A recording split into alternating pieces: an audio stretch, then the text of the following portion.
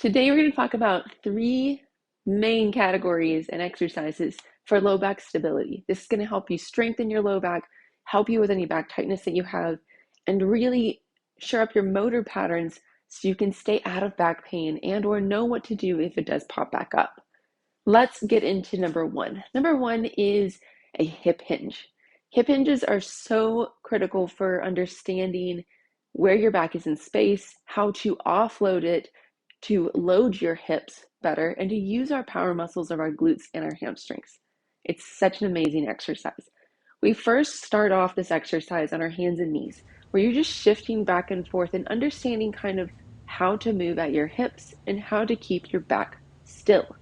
This is more of a motor control understanding exercise, not necessarily a strengthening exercise. You're going to go from this exercise, once you understand how to keep your back flat as you're moving back and forth and keeping that kind of the axis of rotation at your hips, then we move it into a kneeling position where you start nice and tall and then you kind of bend at your hips, keeping your back nice and flat, and you hinge.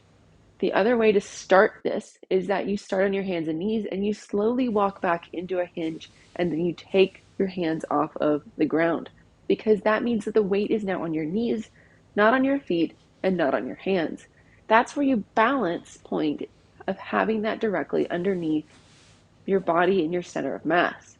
This allows you to now weight your hips, weight your glutes better, and it allows you to also control your core. This core set and that understanding of how to control your core is going to strengthen your low back and give it stability. This is a back-centered core exercise and glute exercise. It's such an amazing thing. It can help you with your deadlifts, it can help you with your squats, and it can help you just daily with understanding how to contract and understand how to move that. Now, you may want to change how your pelvis position is this. You may find that it's a little uncomfortable for your back. If that is the case, then what you're going to do while you're in that kneeling position as you're hip hinged, then you're going to slightly tip your pelvis back and slightly tip your pelvis forward. There's going to be a point where you reach a aha moment. This is whenever your core set that wraps all the way around, supports your low back and gives it stability. This is where your flat back, controlled pelvis to low back, that's where it loves it. It gives us that strong feeling there. Find it. Go back and forth with it until you feel that kind of aha moment. If you've been doing this for a little bit and you're a little bit fatigued out, take a rest and then go back to it.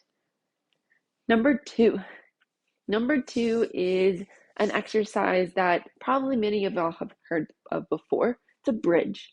A bridge is a simple exercise that works again on the movement of the hips in relevance to the low back. So you have your abs on and your core on, controlling your back. And so as you raise your hips up, you're not arching your back and not driving from it. Your back is meant to be stacked and stable. It's not meant to have an excess of rotation through it. Your hips, on the other hand, are a ball and socket joint. And that's where the ball and socket, they move and they rotate. They're meant to do this. And so to give your low back stability, we have to give it one frontal and kind of forward movement stability, but we also need to give it rotational stability. It needs to be able to counteract the different things that happen in life, because in honest, we don't do a whole lot of things stacked and just going forward. That's why rotational core exercises are so important. Rotational low back stability exercises are so important. And so after you get the main first concept of engaging your abs, pushing down through your heels and raising your butt up, then we're going to make it a little bit more complicated. We are going to make you do more of a cross leg, where you're crossing one leg over top of the other one, or more into a single leg bridge.